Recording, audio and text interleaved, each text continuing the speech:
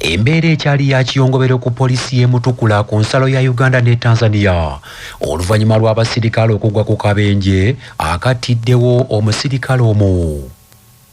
Enkya ya leero abasirikale ba poliisi Nawunyi ababadde bava okulawuna nga batambulira ku mmotoka ya poliisi namba UP 1294 balumbiddwa ekimotoka kirukululana ekiva mu ggwanga lya Tanzania ekiremeredde omugoba waakyo ne kitomera emmotoka ya poliisi okukakana ng'omusirikale otuuka ettone abadde avuga emmotoka ya poliisi afiiriddewo.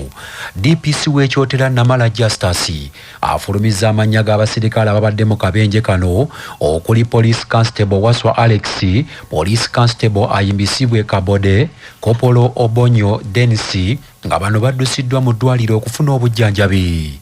Justice Namala agambye nti poliisi eri ku muyiggo gwa ddereeva wa lukululana ono era nti kigambibwa nti oluvannyuma lw'akabenje kano yeemuludde n'asala ensalo n'ayingira Tanzania naye nga poliisi etandikiddewo okumuwenja. Ati basatu basavayivinze nkiirwa driver waffe. So driver wa trailer police ekyamunoonya then another investigations are still going on okulaba kiki kireese accident eyo. Ye RDC Apollo Mugume ng'atuuse mu kifo awagudde akabenje kano we tuteekedde eggulire lino nga kasiringi zitandise okuggyawo lukululana eno era nga n'omuyiggo ku mugoba wa lukululana gutandikiddewo. Obwakabaka bwa Buganda busiimye nnyo emirimu egikoleddwa Monsignor Dr. Lawrence Semusu naddala okulambika abayizi abakatoliki ku ssettendekero wa Mobuzi okumala ebbanga lya myaka 21. Obwakabaka bugamba nti obuweereza bwa Monsignor Dr. Lawrence Semusu buyambye nnyo abayizi obuteenyigira mu mize n'okufuuka abantu abeesa. Bino bibadde mu bubaka Katikkiro obumusomedde omumyuka ow'okubiri owa Katikkiro wa Buganda ow'ekitiibwa Loterian Robert Wagwansibirwa ku ssettendekero wa Mobuzi bw'abadde yeetabye ku mukolo Monsignor Lawrence Semusu kw'ajaguliza okuweza emyaka 45 mu Busaaseredooti, emyaka 7 egy'obulamu ssaako n'okutongoza ekitabo ky'awandiise ky'atuumye From Banana Plantation to Outer.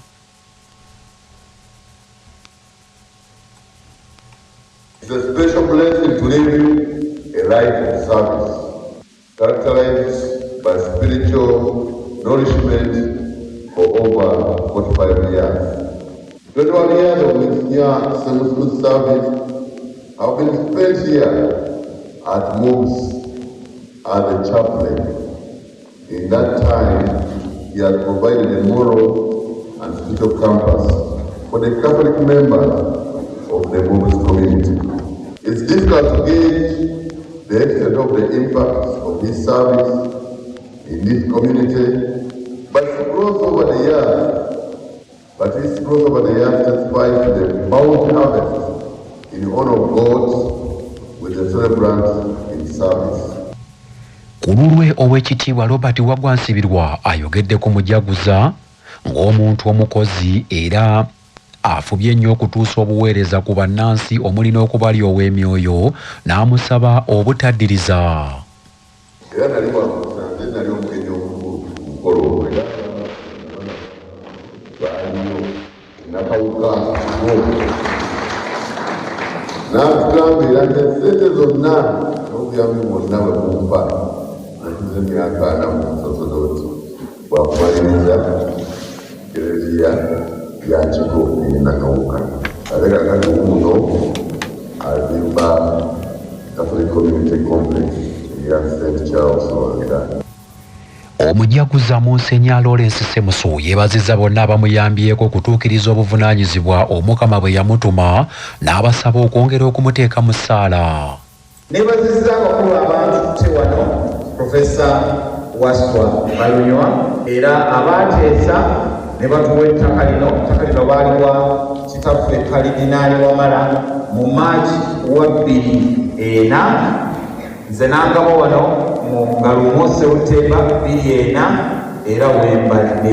Mwebala obujja okunneebalizaako ebyo byonna Omukama byankoledde. Nga bw'abinkoledde nammwe mwenna mbasabira.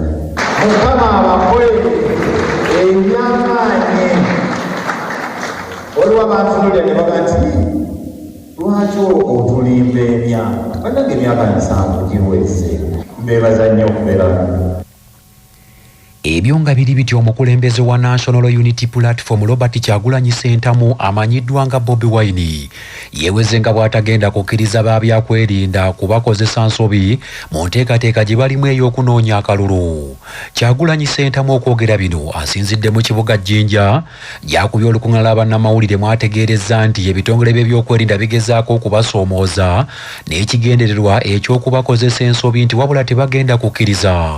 Bobi Wine agambye nti byonna ebibakolebwako babisuubira wabula asabye abawagizi be okusigala nga bakkakkamu baleme okukemebwa ab'ebyokwerinda. Bino twabisuubira n'ebirala ebisingawo. Twajja mu kalulu kano era twakayita protest vote kubanga twali tuzze okulwanagana n'obutali bwenkanya ffe nga tukozesa obwenkanya, kulwanagana n'obulimba nga ffe tukozesa amazima, okulwanagana n'obumenyi bw'amateeka ffe nga tukozesa amateeka. Kyetuva tukunga bannayuganda okwenyigira mu mbeera eno eya protest vote gye tugenda okuba nga tubanyonyola nga tugenda maaso ne campaign. Bino bye bakola era bagenda bikola nga luli bwe batulemesa okucampaigninga bwe batuyita mujje twogere bwe batumalirayo olunaku olulala naku 2-3 nga tetukampeyinize. Tugenda kutuuka ku bantu baffe mu buli mbeera yonna, tugenda kutuuka ku bantu baffe mu buli mbeera yonna nga tetumenye mateeka, nga tetukoze fujjo, naye nga tutuuse ku bantu baffe. Ono mu ngeri y'emu yennyamidde olw'abanne be bavuganya mu lwokaano bo okukkirizibwa okukuba enkuŋŋaana mu bitundu by'eggwanga eby'enjawulo tiwabula bwe kituuka ku kibiina kya National Unity Platform gye kibeera kiteeseteese okukuba kakuyege olw'ebitongole by'ebyokwerinda ne bibeekiika mu kkubo. Omwalo gw'ebukungu bagalawo ekkubo nga tewali nsonga yonna ne bagalawo ekkubo ne bagamba eno temugenda campaigningrayo kubanga baali bakozeyo ebikolobero, kubanga abantu babasudde mu nnyanja, kubanga abantu bagobye ku nnyanja ne bagala ekkubo tetugendayo. Naye ate presidential candidate omulala ne bamukkiriza n'agenda na campaigningrayo. N'ekyokubeera nti poliisi yennyini n'emmotoka ez'amagye bajja ne batukiika emmotoka mu kkubo then ne batandika okuvuga mpolo olwedde batudivertinze okuva ku main road naye ate n'enumuka mu makubo ag'ettaka ne bajja ne batukiika emmotoka zaabwe nga bavuga bubi balinga bagezaako tukozesa obubenje oba bagezaako okusiba okusala sipiidi yaffe. So ekyo nakyo kibadde kizibu, tukyemulugunyaako, tukivumirira era nakyo tugenda kisa mu baluwa yaffe eyo. Ate abamu ku bawagizi ba ekibiina kya NUP bakukulumidde ebitongole by'ebyokwerinda olw'okutaataaganyanga enkuŋŋaana zaabwe. Abavuganya ku bwa pulezidenti mu kiseera kino batalaga ebitundu by'eggwanga eby'enjawulo okukuyega abalonzi okubalonda ku bwa pulezidenti mu kalulu k'omwaka ogujja 2026. Mu mbeera eyo mmeeya wa Makindye Ali Kasirye Nganda Mulyanyama ategeezezza nti okuva akwatidde NUP bendera ku bwa pulezidenti Robert Kyagulanyi Ssentamu yatandika okuwenja akalulu mu bitundu by'e Busoga, poliisi ezze muteera emisanvu mu kkubo ekimulemesezza okweyagalira mu ggwanga lye n'okukuyega abalonzi. Okuyigganyiza poliisi n'amagye, buli kimotoka ky'amagye n'ekya poliisi byonna ebya UPDF ne poliisi byonna biri mu Busoga. Okutaataaganyiza tetukkirizibwa kuyita mu luguudo lwonna olwa koolansi oba mwasanjala awattaka. Awantu twalitambulidde eddakiika 3 nga tutuuse ku venue tusobole okuba laale twogere eri abantu ensonga zaffe lwaki pulezidenti Kyagulanyi yasaanidde obwa pulezidenti. Twatambuliddewo essaawa 3 naye nga neyo yonna gye tuyise enguudo zonna waali badde ogamba nti lusobola obakwasaako